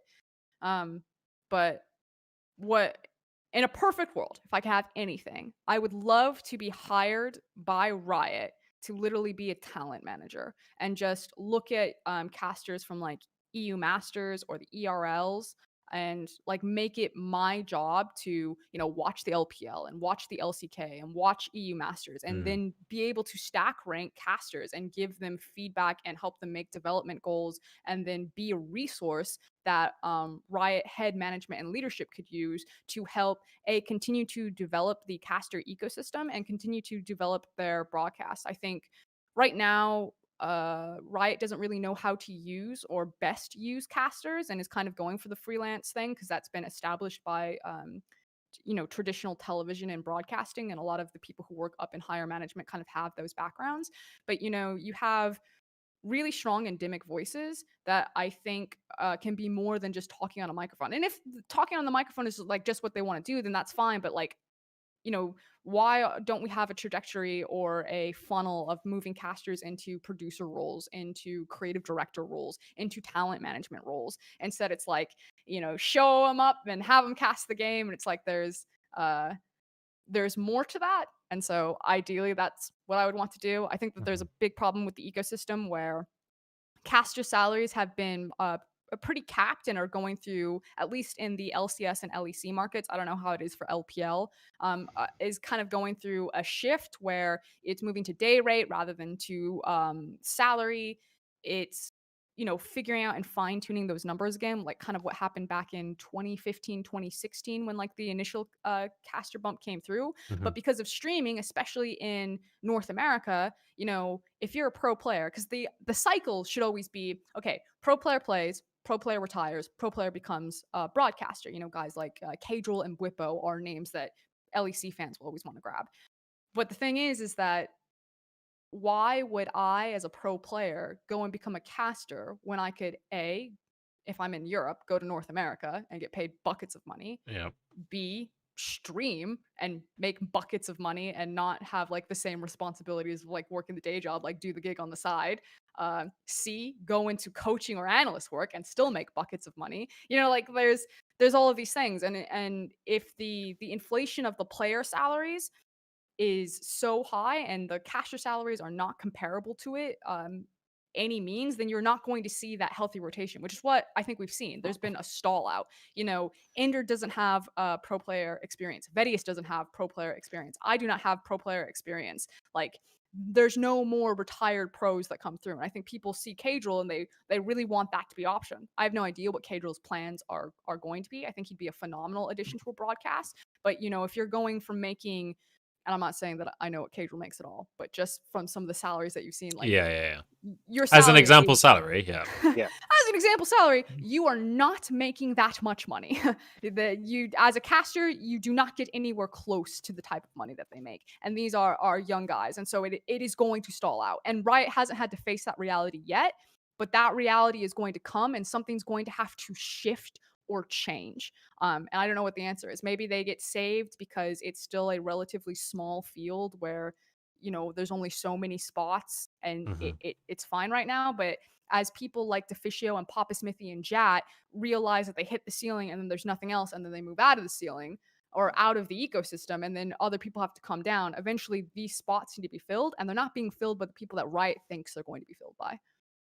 So Frosk, I don't know if you knew that, but LCS is actually buying out my contract from the LEC for $5 million. That's I mean, it's on the table. It's not locked in yet. G2 weird champ.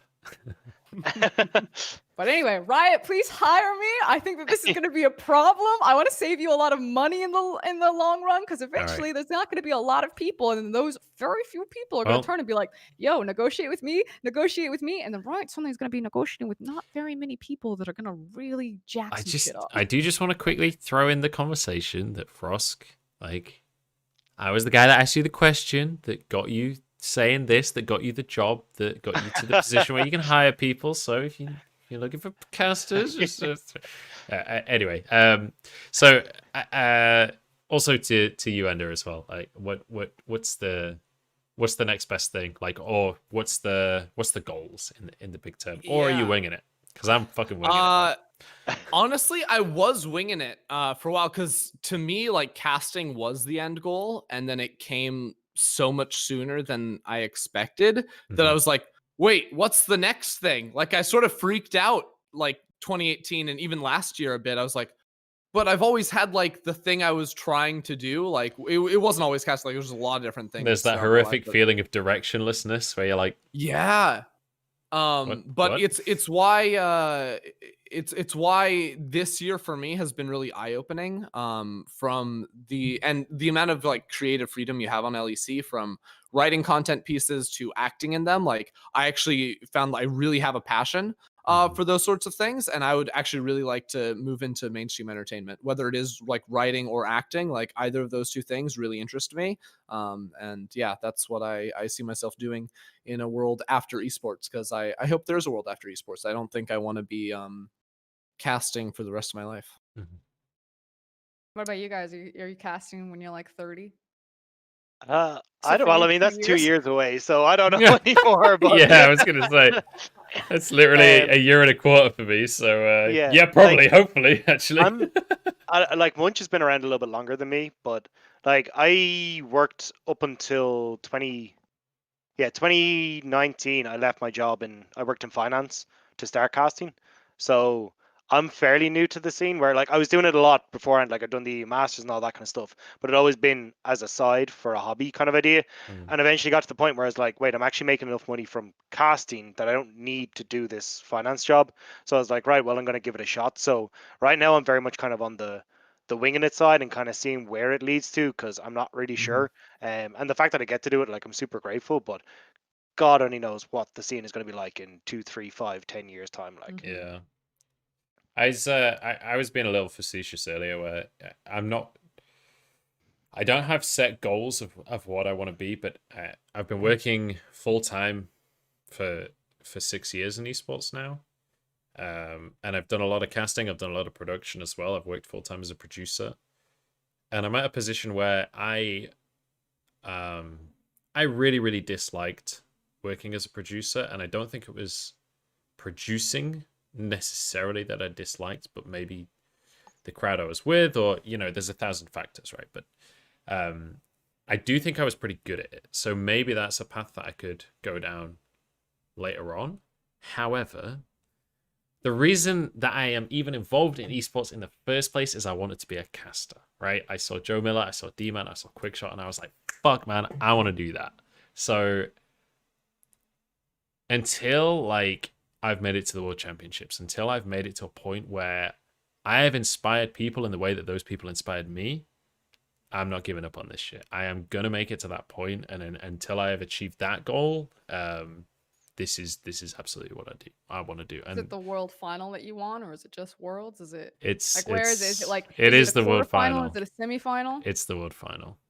That's ultimately the goal, and ultimately, even I think if I made it to the world final, I'm not sure the thought would be, all right, I've done this, let's go and produce. I think actually the thought would be, there is a romantic thought in my head of being that kind of 60-year-old guy that's from way back in the day that knows of players you never heard of. That's you know how I know he's not a particularly popular figure anymore, but Gary Lineker, for example, in football, he's been on that desk in the Premier League for forever, right? I would love to eventually be that guy, and We're both American. That's Yeah. I was gonna say. Okay, well, anyone that's English knows who that is. Ben Scully, Frosk. Anyone who's eaten Walker's crisps knows exactly who Gary Lineker is. But just being that synonymous with the game would be obviously the ultimate dream. That is an incredibly high goal to reach, but that would be the big dream for me. Yeah, I'm kind of in the same boat, but I think one of the guy who's inspired me to kind of go into esports to begin with was a guy called Sean Plott, Day 9. I'm sure people know who he is, but I've never heard Day of 9, him. yeah. But he was always like, look, don't put all your eggs into the one basket. Here's 30 different things that you can do within esports. So that's kind of the model that I'm taking right now is, look, I'm not going to just I'm going to put a lot of effort into this, but I'm going to make sure that I've got a lot of other stuff on the side, because if one goes bad, well, at least then I've got a lot of other things that I can fall back on as well. And that's kind of the steps that I'm taking, but it's probably a very measured approach because I'm coming into this after leaving a job in finance to come into this. Yeah. I think that's one of the hardest things as well, moving away from normal society into esports, because it's still the Wild West. People say it's not, but this is still the Wild West. All right. I think the conversation is sort of.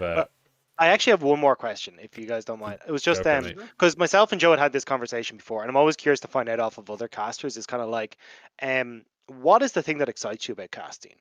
What is the thing that gets you up in the morning? You go, this is really cool. Is it that teaching moment where you're like, here's this really fucking cool thing that I found, I really want to share it with you, here's that thing? Or is it the moment where you get to make someone smile, or you get to share this really cool experience, have that moment of connection with the fans?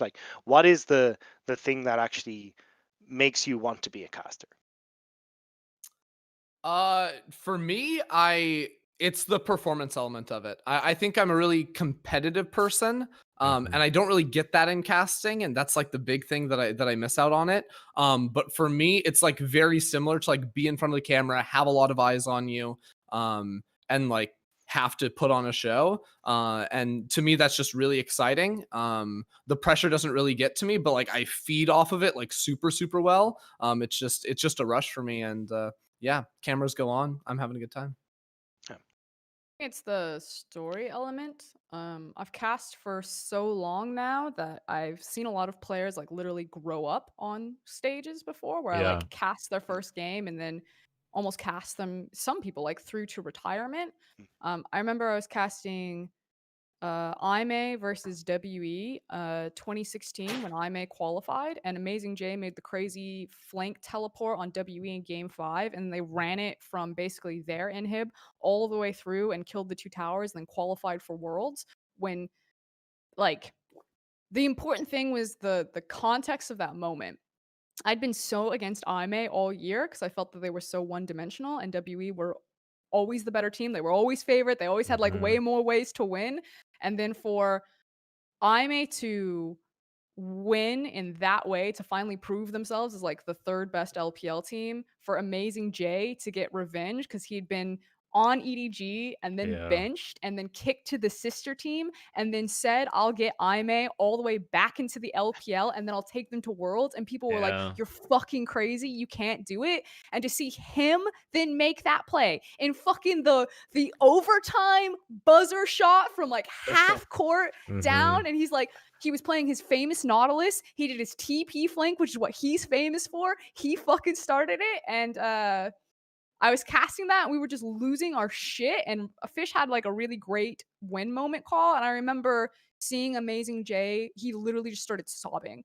And the stage was 4 corners.